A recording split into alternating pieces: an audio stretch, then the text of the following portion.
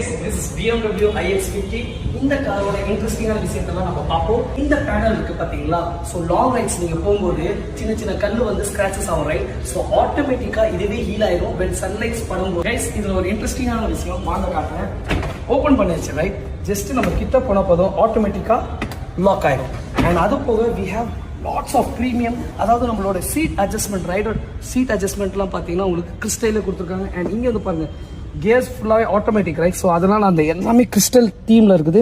Rear seat பார்க்கலாம், அதாவது these are all purely frameless door. And சீட்டுமே பார்த்தீங்கன்னா ரொம்பவே ஒரு கம்ஃபர்டபுளாக இருக்குது.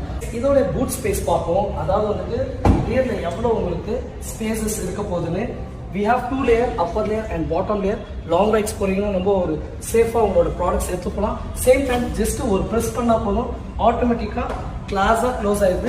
இந்த வண்டி எலக்ட்ரிக்னால 650 km per charge போகும். அண்ட் அதோட அட்டகாசமான விஷயம்